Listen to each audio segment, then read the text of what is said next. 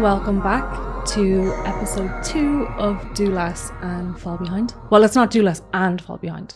There's no and in there. It's just Do Less, Fall Behind. So this is episode 2, and thank you so much for all of the feedback and for all of the love on the last episode. I'm actually a little bit speechless and super grateful for everyone that listened and everyone that loved it. So thank you for listening and thank you for tuning into episode 2. So I was reading some of the submissions that the people from my email list sent me, and also I put a link in my Instagram stories for people to leave question submissions, because I usually would talk a lot on Instagram doing Q&As, but I never have the time to actually properly sit down and give a good answer.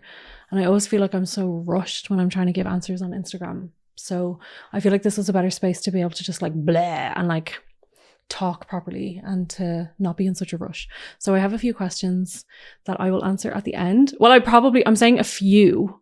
I'm not going to answer a few questions, otherwise this will be hours long. But one of the main themes that people always ask me about, and that people were asking in the submissions, all kind of revolved around the idea of how do I love myself, and how do I start to love myself, and how do I even start to like myself after years of trauma and after years of maybe not looking after ourselves. How do we even begin the journey or the fucking task? Because it is a task. It feels like a mountain in front of us. How do we even start doing that? And I was having conversations with my friend Danny, and we talk a lot about somatics, healing, and the spirituality community and all that kind of stuff. And one of the things that we were talking about last week was self-love and self-care, and how it's kind of been turned into something a little bit different. I think the spirituality community, whatever, has it used to be we are one and one love and all this stuff, and it kind of has turned into this capitalistic, commodified individualism type situation that doesn't really feel like it is rooted in any sort of spirituality. And I think the self-love, wellness, self-care kind of situation has kind of turned into the same thing. It's been hijacked and it's been distorted and warped into something completely different. So when I talk about self-love and when I talk about loving myself, or if I'm working with someone and we're focusing on self-love, if they do not have a good, if they do not love themselves, if someone doesn't love themselves, when I talk about self-love and when I'm referring to self-love or self-care, it's basically, in my opinion, the relationship that we have with ourselves, loving and caring for ourselves in the same way that we would if we're in a relationship or a friendship with another person. So if we're in a relationship, romantic or friendship or otherwise, with another person, there are things that you do in the relationship to invest in the relationship and to ensure that the relationship is healthy and secure and just healthy. There are things that you do in relationship with other people to make sure that the relationship is healthy. Yeah? Understood? Does that make sense? So when we're talking about the relationship we have with ourselves, there's stuff that we have to do, or we don't have to, but if you want to have a good relationship with yourself, it might be beneficial to do some self-care and some self-love. But when I'm talking about self-love, I'm talking about building a relationship with ourselves and investing in the relationship and the connection that we have with our mental, physical, emotional, spiritual self. That's what I'm talking about. But I see so much stuff on TikTok especially, but the self-love world on TikTok and the self-love world on social media in general has been commodified and hijacked by hustle culture. And I completely understand as well. Sorry, I forgot to mention this, but a lot of people get the ick when they talk about self-love, or when they even are I know I need to build a better relationship with myself, but I just can't get into the self-love stuff. It's just so gross and icky and sticky. And I get that completely, because anytime I've seen any sort of self-love content or any self-love or self-care content, it basically is just how much money can you spend to make yourself look hotter. And also, it's not even self-love, it's just being self-centered and being just operating from a place of self-interest only. in the name of like self-love. And that to me is not self-love at all. That is not self-love, in my opinion. So I completely understand why people might see content like that and they might think that all self-love is just spending loads of money on self-care, spending loads of money on skincare, and needing to like spend your day off just making yourself look hotter to care for yourself, and also just being really, really, really self-centered and self-absorbed. And yeah, that's just not self-love, in my opinion. It can be, if that works for you, that works for you. I'm not here to tell you what to do, but when I think about self-love, I'm thinking about the whole self, not just my physical self, not just my face, not just my skincare. And I also just want to say, I participate in the beauty industry. You might not be able to tell that by looking at my face right this second. You might not be able to tell, but I do participate in the beauty industry.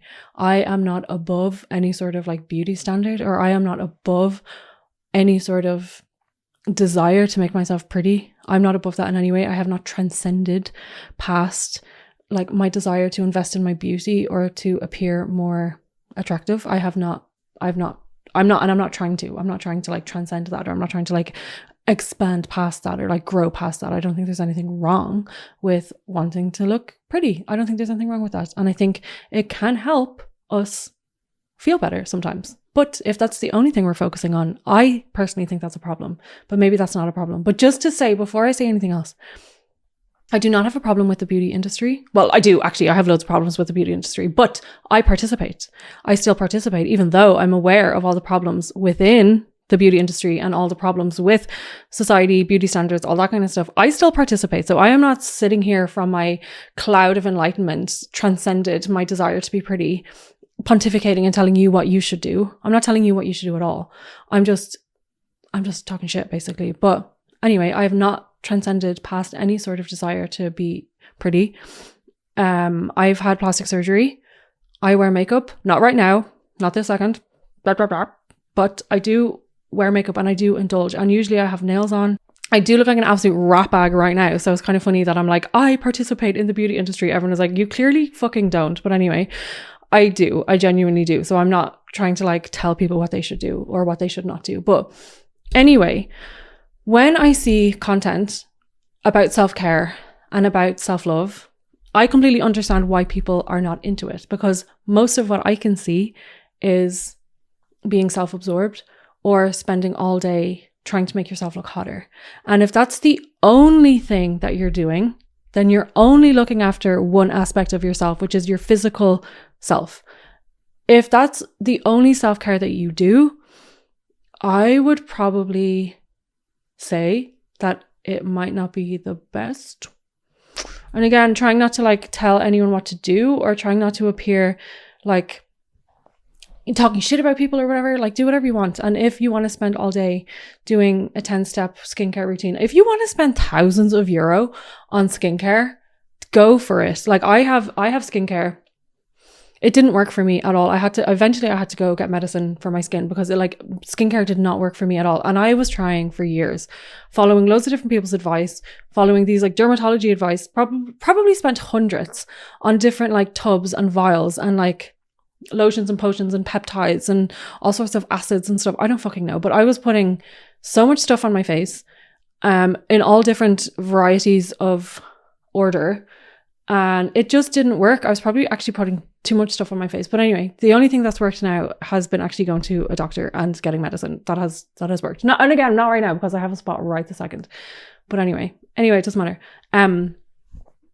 Jesus Christ, what am I talking about? Oh yeah. If we're only looking after our physical health, we are neglecting so many other parts of ourself. If we're looking after ourself, if we're loving ourself, and all we're doing is focusing on the physical self, we're missing out on our emotional self, our mental self, our spiritual self, our sexual self. We're missing out on so many other aspects of ourself that also need attention, that also need to be looked after, and that also need love. So for the past couple of years, I've been intentionally trying to detangle my well-being, my mental well-being, my emotional well-being from my appearance.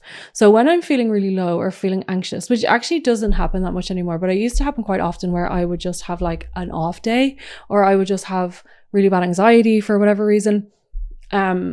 And I used to back in the day, it was literally like 2 years ago. But anyway, I used to go extra hard on those days with doing my nails, doing my hair, plucking my eyebrows, maybe waxing myself and doing loads of skincare, maybe whatever, just trying to put more effort into my physical appearance as a way to kind of like boost my mental health or whatever, and how I was feeling mentally, and boost my mood or whatever. And I'm not here to say that how we look shouldn't have any effect on how we feel about ourselves, because obviously we know that it can have a really big effect on how we look. But if that is the only source of mood elevation, or if that is the only thing that's kind of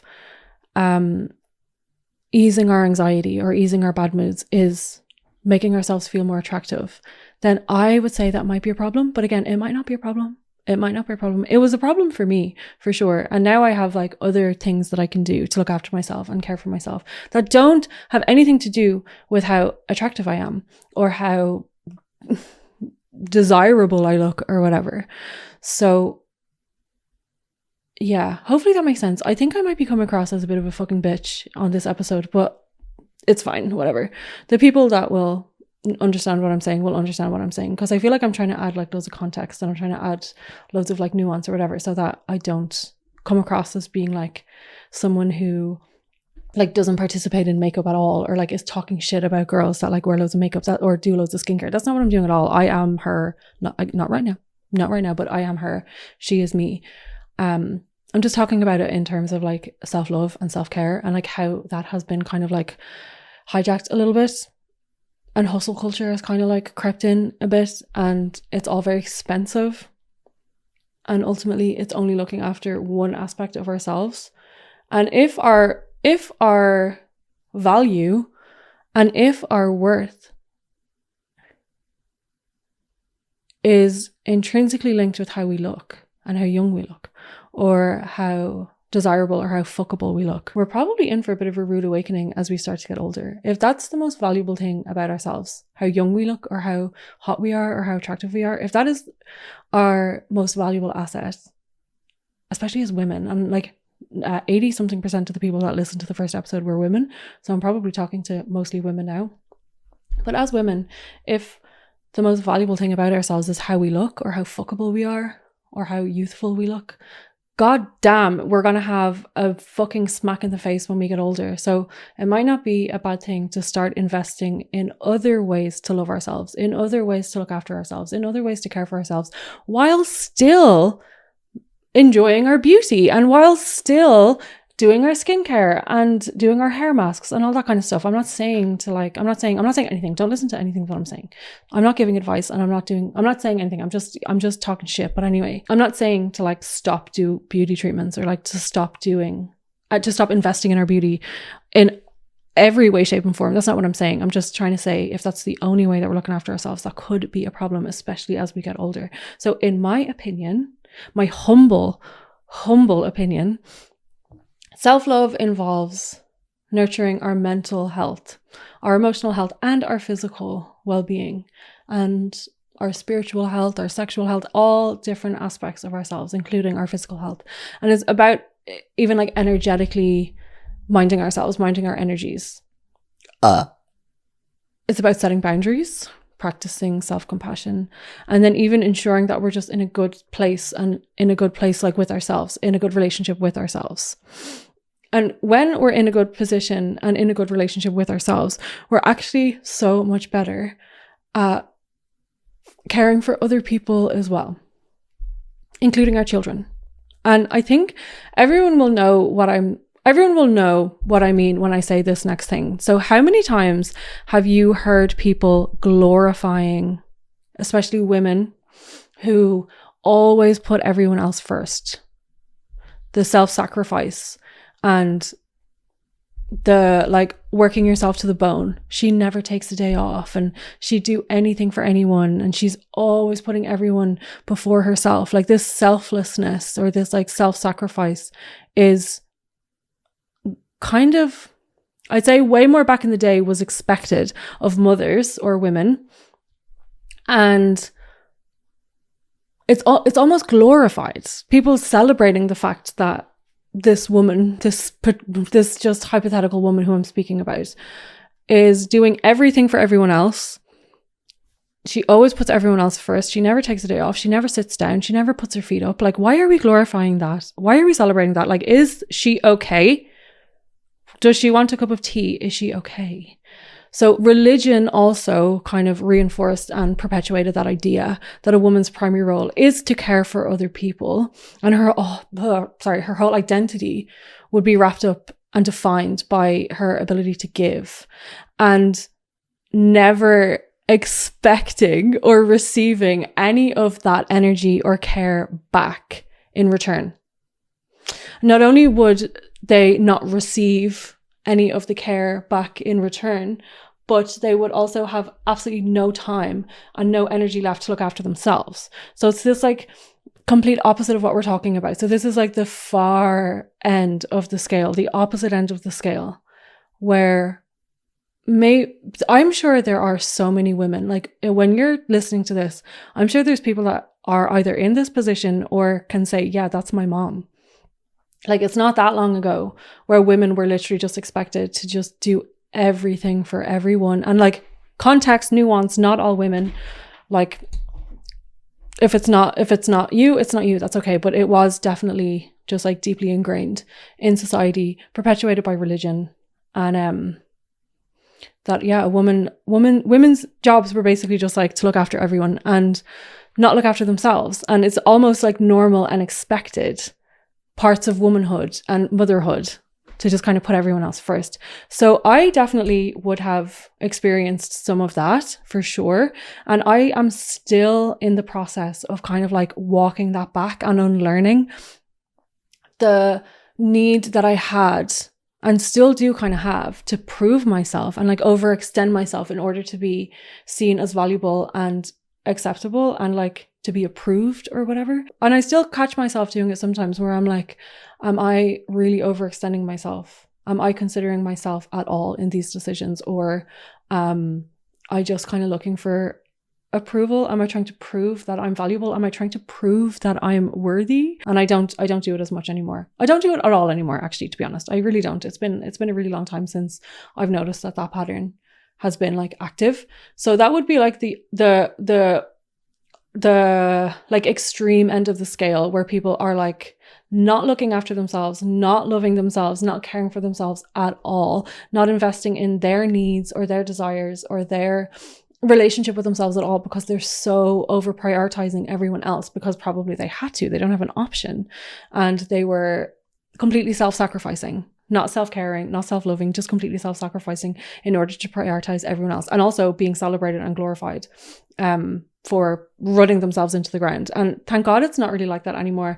Feminism. But anyway, there's another end of the scale. So from that end of the scale of like the woman who puts everyone else first, there's another opposite end of the scale where people have gone so hyper independent and really just leaned into the individualism. And I'm trying not to piss anyone off, but also if I piss you off, like, you will be fine.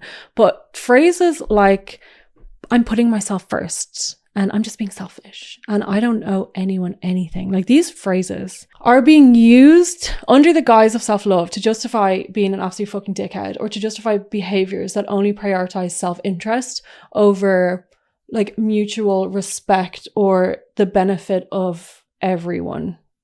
Does that make sense? So I don't think there's anything wrong with those phrases at all, but I think those phrases can be warped and distorted and used under the like under the self-love umbrella, but then just to excuse like really fucking shitty behavior, or like, I'm putting myself first. You can put yourself first. You are absolutely able to put yourself first, but are you putting yourself first, or are you just being a fucking dickhead? Are you using it as an excuse so you don't have to compromise at all, or you don't have to ever consider the needs of other people? That's the difference. Are you putting yourself first, or are you just being a fucking prick? Like, putting yourself first in in a secure, healthy way means like recognizing where and when you need to set limits or boundaries so that you don't like hurt yourself, or that you don't like burn out, or that you aren't overextending yourself or self-sacrificing in order to like prove yourself or to prove your worth. So you can absolutely put yourself first, and you can absolutely like include yourself, but just, I've seen it so often where people will be like putting themselves first, but they're just being fucking pricks. And the one, I don't know anyone anything, or you don't know anyone anything, and I just, you do owe people something. You owe people being fucking decent.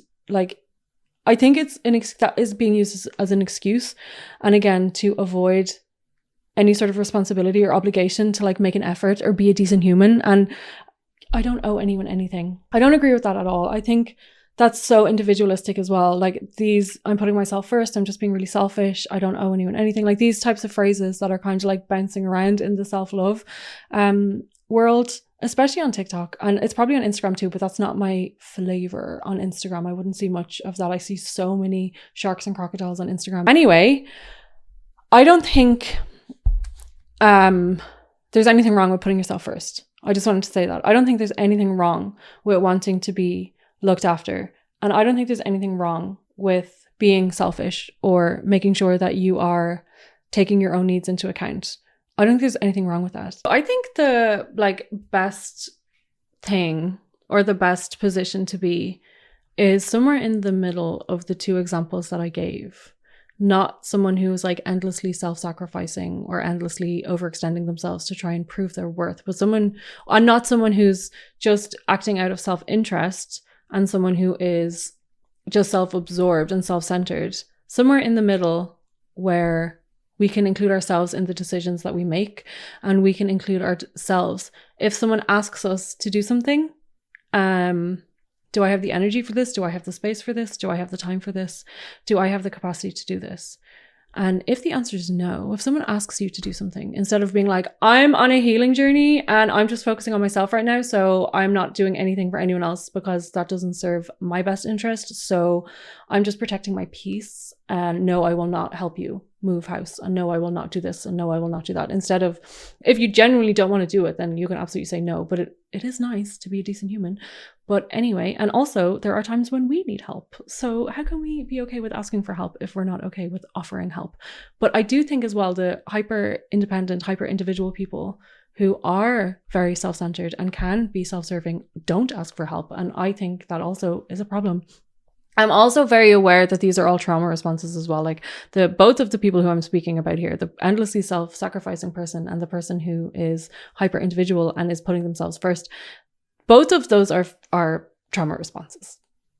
Yeah, both of those are trauma responses. A healthy, secure person would not make either of those decisions, I think, in my opinion. In my humble opinion. I'm probably pissing off so many people, but yeah, you'll be fine. But anyway, if someone is asking us to do something, and if you are like a people pleaser, I don't know why I did peace sign. If you're a people pleaser or a fawner, or someone who will just say, yes, I will do anything for you, anything you want, because I want to prove that I'm valuable, and I want to prove that I'm like inherently worthy, and I'll just show you how great I am and all the reasons why you should love me forever. If that's you, and someone asks you to do something, and you need to kind of like, you're kind of stepping away from your fawn, and you're stepping away from like your people-pleasing tendencies, especially if they're chronic.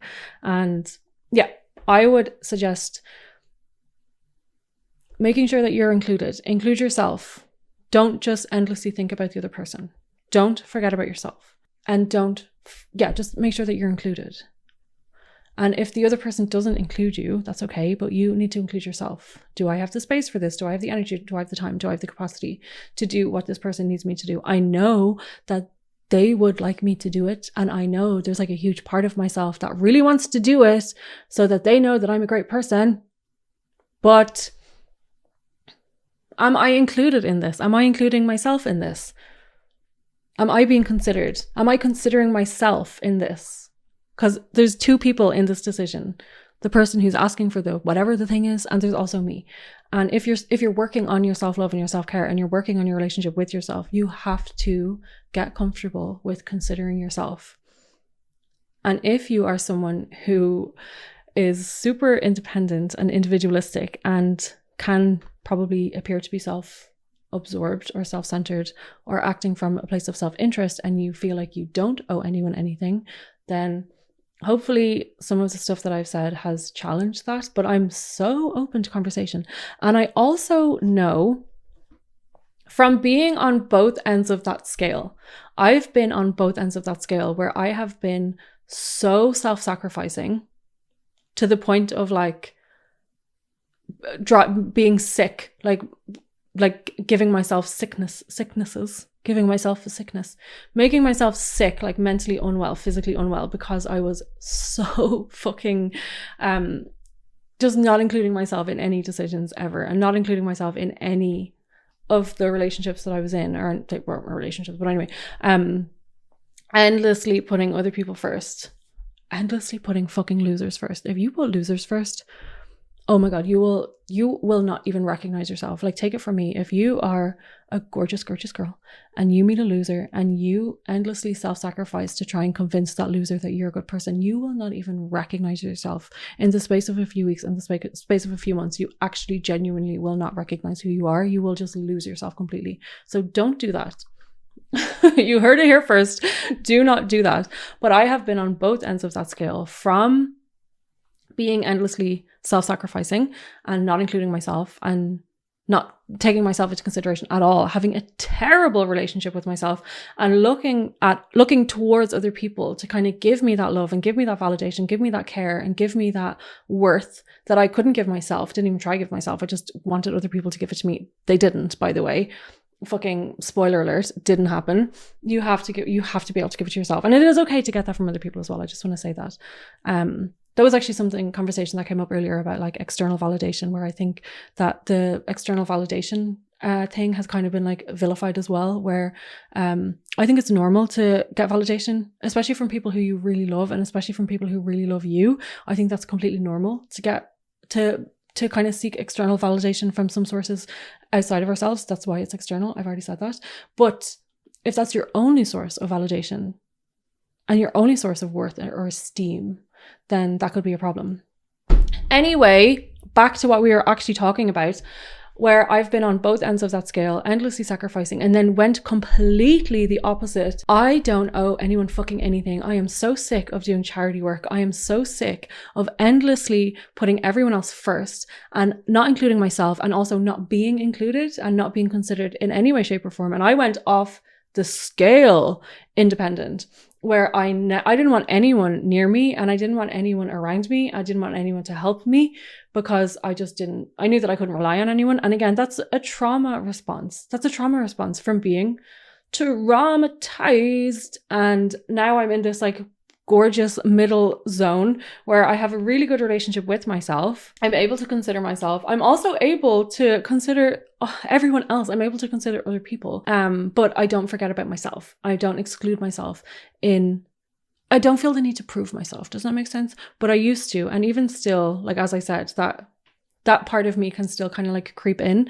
That like fawn energy can still kind of creep in sometimes, where I'm like, what can I do to prove how worthy I am? What can I do to show you that I'm like a good person or whatever? And like, yeah, I've had to work really hard to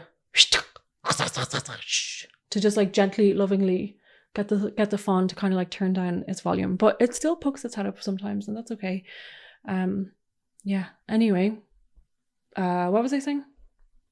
I've been on the two opposite ends of that scale, and it feels really good to kind of actually land somewhere in the middle, and it feels like secure and healthy. And it's not perfect, obviously, and I don't want to ever like be posting these things and being like, I'm so perfect and everyone should do what I'm doing, because like, no, absolutely the fuck not. But this is just from my experience and from my extensive studying. Excuse me, I am actually very educated in all of this stuff as well. But yeah, I'm not trying to tell anyone what to do, and I'm not trying to like come across as being like preachy or whatever. But I know that there are people out there that hear what I'm saying and that resonate with what I'm saying. One of the main things that we can do for ourselves, especially if we are an overextender and if we are someone who will self-sacrifice in order to kind of like make ourselves appear or convince other people that we are super, super valuable. One of the best things that we can do is learn about boundaries. And I know boundaries is such a fucking buzzword, but it's one of those words that, again, the meaning of it has kind of changed, or people don't use the right meaning. People think that if you're like, I'm telling someone that I don't like something, that's a boundary. No, you're just letting them know that you don't like something. So let's do a little example. If your partner eats tuna in bed and you're like, I don't like the smell of tuna when I'm going to sleep, you're just letting them know that you don't like the tuna. If you say, stop eating the tuna in bed, please, that's not a boundary. That is just a demand, or you're just asking them something. That is not a boundary. If you say, I've told you that I don't like the tuna, you keep eating tuna in bed, I'm trying to sleep and all I can smell is fucking fish, I've let you know that I don't like it and you insist on doing it. If you eat tuna in bed again, I'm not going to stay over. That's a boundary. The boundary is not telling the other person something that you don't like. The boundary is the action that you will take if they insist on repeating the thing that they know that you don't like. So this is quite multi-layered as well. So we're gonna break it down. We're gonna break it down. So people think that by saying like, I don't like when you do that, they think that that's a boundary. That's not a boundary. That's just letting someone know that you don't like something. Or even saying, I asked them to stop. That's my boundary. No, that's you asking them to stop. That's not a boundary. The boundary has nothing to do with the other person. The boundary is what you will do if the other person doesn't respect the fact that you're not into something. But let's just walk this back a little bit. The boundary can only be a boundary if you have expressed your dissatisfaction, or if you have expressed the thing that you don't like. Okay? So if you let them know, I don't like when you do this, you've already let them know. So they know that you don't like it. Okay? So that's the first thing. They have to know that you don't like it. And 9 times out of 10, if you are in a relationship, or if you are in a situation with someone who really fucking loves you and really cares for you, just the fact that you've expressed that you don't like something or that something is bothering you should be enough for them to say, I won't do it anymore, or I won't do it when you're around. I won't eat tuna in bed while you're here. I'll keep that for the weekdays while you're not here. This is completely made up as well. This is like not, my boyfriend does not eat tuna in bed. But actually we do. I'm sorry. We actually do. We eat sushi in bed, and we've definitely had some form of tuna in bed for sure. That, I don't think that would bother me. Anyway, this is just a hypothetical situation. This is not a real life situation. But the boundary only exists when you express your, when you express how you feel about something. And 9 times out of 10, if you're in a relationship or if you're in connection with someone who really cares about you, you won't have to enforce a boundary, because the person will respect the fact that you don't like something and they won't do it again, or they will adjust or compromise or whatever. So boundaries actually are not that common in healthy, secure relationships. Usually boundaries are for people who have like really bad relationships with their parents, or like the people, they're not respected in their relationship in any way, shape or form. And I hope if you are in a chosen relationship with like a friend or with a romantic partner, I hope that you are respected. And I hope that if you said that something was bothering you, that there would be compromise or adjustments in order to like make sure that you are comfortable. I really fucking hope that. And it is a shame. It is a shame, but sometimes, unfortunately, saying that something is bothering you won't be enough to change the behavior. And in that case, then there would have to be a boundary. If you don't stop eating tuna in bed, motherfucker, I'm not going to come over anymore. I don't want to sleep in a tuna bed. There's brine everywhere. I'm not cozy. Stop eating fucking tuna in bed. Well, no, not to stop eating tuna in bed, but if you don't stop eating tuna in bed, I've let you know that I don't like it. And if you keep insisting on eating tuna in bed, I'm not going to be comfortable. It shouldn't have to get that far. Do you know what I mean? It shouldn't really have to get that far. If you're in a secure, healthy relationship, there shouldn't actually be any need to put down a boundary, because as I said, just addressing the thing that is bothering you should be enough not to warrant going further with a boundary. So boundaries, working on boundaries and learning even before we get to boundaries. This is the thing. People are always talking about boundaries and I need to get better at boundaries. I need stronger boundaries. And usually what they're actually talking about is they need to express how they actually feel. Because if you express how you actually feel and you're talking to people who love you and respect you, you won't have to actually go further with a boundary. You won't have to assert boundaries because you're just expressing that something's bothering you. So if you think about your friends or your family or your romantic partnership or whatever, someone coming to you and letting you know that there's something that you're doing that is really bothering them or really upsetting them, wouldn't you want to adjust and make sure that they feel loved and safe and cozy? Or would you just insist, well, this is what I want to do, so I'm just being selfish, I'm putting myself first and I don't owe anyone anything? Like, no, not in this house. In this house, we are considerate. In this house, we take people's feelings seriously. We take their needs and their desires seriously, even if it's not a need that we have ourselves. Okay? So when I hear a lot of people talking about boundaries, and when I'm working with people and they're talking about needing to be firmer with their boundaries, and then when we actually walk it back, it's actually not boundaries that we need to work on, it's expression. There hasn't been any emotions expressed at all. So there's no need for boundaries, because 9 times out of 10, when you express how you feel, the person will love you and respect you and try and accommodate you and try and compromise in an ideal world. And luckily, most of the time that does happen. So that's a little ranty poo all on boundaries.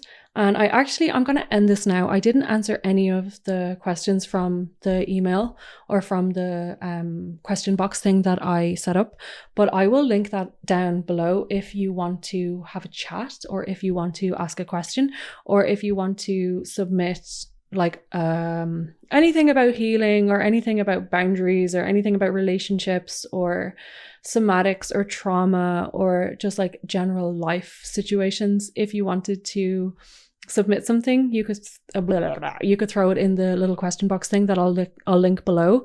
But otherwise, thank you for listening. Sorry that the video is so dark. And oh my god, yes, thanks for asking. There's a poll behind me because I went back to an introduction pole course, which was so much fun, and it got me back into the swing of things, you could say. So I'm very excited about that, and I already feel my upper body getting really strong again, because I am not strong in my upper body. Yoga is not that great for strength, good push but absolutely no pull, and pull is 90%. Pull, you got to pull your weight up. And I'm also quite heavy. Because I eat a lot and I lift really heavy weights. So she's sizable. So trying to pull myself up is not easy, but I'm doing it and I'm getting better. So it looks like it's sideways, but I think it's just my camera. Anyway, it's fine. Thank you for watching. Thank you for listening. I will be back next week. And I'm not sure what I'm going to talk about yet, but I'm sure I will think of something, and I'm sure we will have an absolute hoot no matter what we're talking about. But again, if you have any submissions or if you want topics, if you have topic suggestions or whatever, just throw them in the box below. And I will see you next week. I hope you have a really good rest of your day whenever you're listening to this, and I will see you on the next episode.